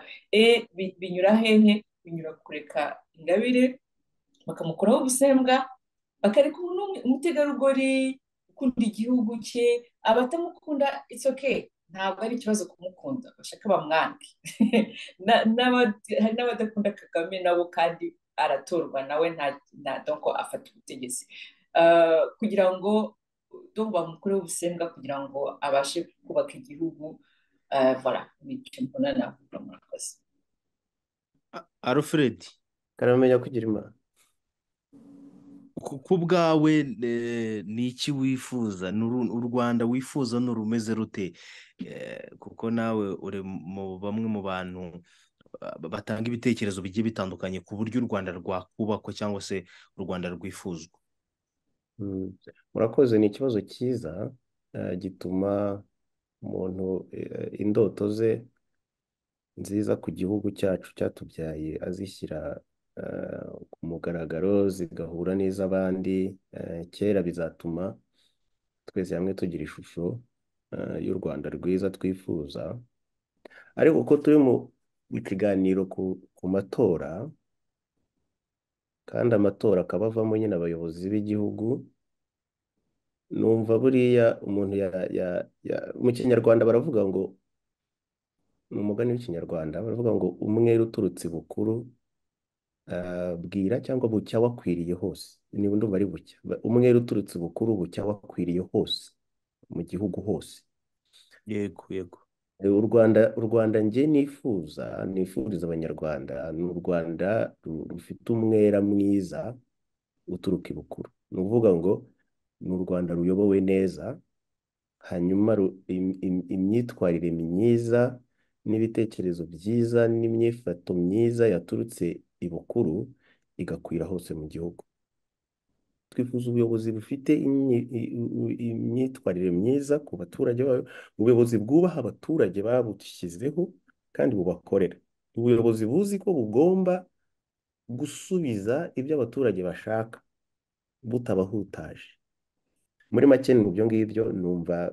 Muri make umuntu yakwifuriza u Rwanda ko ruyoborwa neza, rukagira ubuyobozi bwiza, bukunda abanyarwanda, bukorera abanyarwanda, bubanisha abanyarwanda.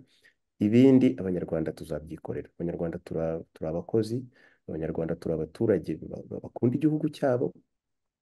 Ndumva narigeze kubikubwira rimwe mu kiganiro ko nubwo tubarirwa muri diaspora, ariko mu by'ukuri imitima yacu iri i Kigali.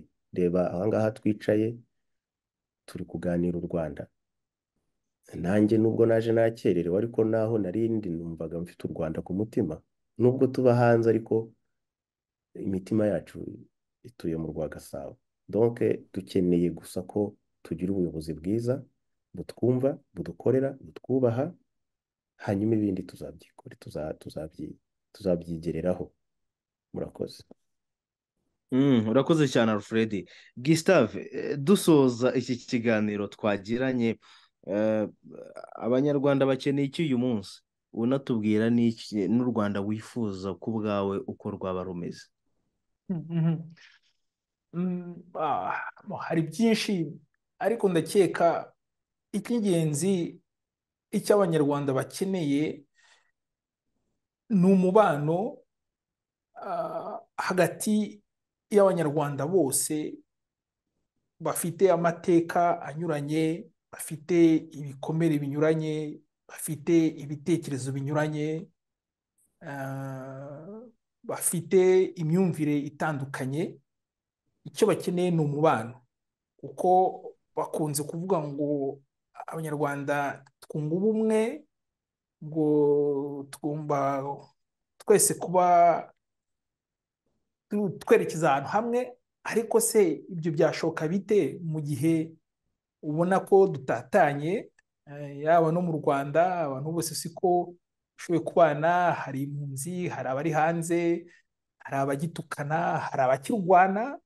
Nuko ikintu dukeneye ni ukugira ngo rwose imitima ituze, abanyarwanda bashobore kubana buri wese yumva ko ashobora kujya mu Rwanda ntagire icyaba, azira inkomoko ye, azira ibitekerezo bye, azira aho yabaye, ibyo yaciyemo. Ni icyifuzo kitoroshye, umuntu aravuga ati se byanashoboka, ariko koko birashoboka kuko abanyarwanda baracyababaye. Ndakeka ko rwose iyo ukurikije ukuntu abantu iyo batangiye kujya impaka za politike bishyuha, iyo batangiye gusoma amateka usanga bikomeye, abantu bagitukana, bamwe bifurizanya ibintu bibi. Donc hari uburyo bwinshi umuntu yazagera kuri uwo mubano, ariko ngiye icyo nkeka rwose dukeneye cya mbere ni uko umunyarwanda yakumva ko ageze mu Rwanda nta kintu ashobora kuba, nta muntu ushobora kuza kumutoteza ngo wowe shango wavuze ibishango, ubana na kana gashango, wowe twakonye aha n'aha. Ndetse n'abari mu Rwanda njye numva ubwabo bagendera ku magi, bavuga ibintu by'ibitonze kuko nabo bafite ubwoba, babanye n'abandi batinya, bumva ko baramutse babeshya bakavuga ijambo ritashimisha, bafite ingufu bahita babizira. Nongeye rwose ntagombye kujya mu magambo maremare, icyo nifuza ni uwo mutuzo dukeneye, ukumva ko dushobora kubana tukajya impaka tugahangana, ntawumva ko bazamuca inyuma bakamuhemukira, bamuta muri gereza, bakamwica, bakamukenesha. Nicyo dukeneye, ngira ngo tunakigezeho, n'ibindi byose nta kibazo. N'uwayobora abanyarwanda baratuje, barafite imitima rwose,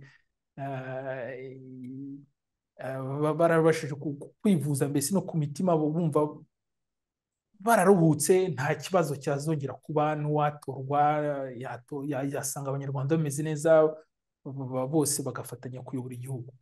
Nicyo kintu mbona kibuze.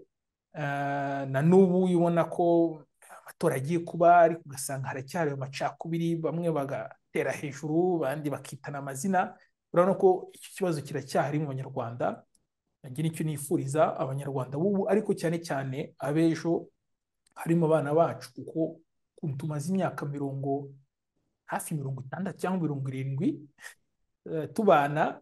Ibyo rwose bigomba guhinduka, abantu bakabana neza, umunyarwanda akaba yajya mu gihugu, akaba yakivamo yumva ntacyo yikanga. Nicyo rwose nifuza abanyarwanda, ndumva nta kindi. Murakoze. Murakoze cyane. Ni ikiganiro twagiranaga n'abatumirwa bacu batatu. Twari kumwe na Clarisse. Clarisse, turagushimiye cyane ku mwanya wawe waduhaye. Murakoze namwe, ndabashimiye cyane ko mwantumiye. Murakoze. Uwo ni Clarisse Mukundente, niwe twari kumwe muri iki kiganiro, ndetse muri iki kiganiro twari kumwe na Alfred Antoine. Alfred, wakoze cyane. Murakoze cyane namwe, ndabashimiye ku kiganiro mwateguye. Ndabifuriza gukomeza kuraje. Abanyarwanda ndabakumbuye, ndifuza ko nzababona vuba aha, Imana izabikora. Murakoze. Karibu mu Rwanda. Gustave, wakoze cyane, wakoze kubana natwe muri iki kiganiro. Uri no muri bamwe bagize uruhare kugira ngo kibe. Gustave Mbonyumutwa, wakoze cyane. Namwe mwakoze rwose. Imbarutso muzaba imbarutso amaherezo, no twishimiye cyane rwose kuba twatumiwe ku muyoboro wanyu. dusuhuza abantu bose babakurikira, kandi mujye mwibuka diaspora, iyo ari yo yose mujye muyibuka, kuko nibwo buryo tuba dufite bwo kongera kwiyegereza u Rwanda rwacu dukunda. Murakoze. Murakoze cyane. Twizere ko n'ubutaha n'izindi ngingo zitandukanye mutwemerere mujye muduha ikiganiro. Sinzi wenda igihe mwabitwemerera, tukaganira no ku bundi buzima bw'igihugu, tukaganira ku baturage, mbese ku buryo tujya hariya tukaganira no ku mateka y'igihugu, kuko muri bamwe mu bantu bamenye byinshi ku mateka, bazi byinshi, mukadusangiza n'ubuzima bwo muri diaspora ko bwifashe, kuko ntawamenya, hari n'igihe umuntu nawe yajya muri diaspora akamenya n'uburyo agomba kwitwara, ku buryo abo muri diaspora ndetse n'abo mu Rwanda tugira rya sano muzi ry'ubunyarwanda rigomba kuduhuza aho tugomba kuba turi hose. Mwakoze cyane. Murakoze. ni imbarutso ya demokarasi.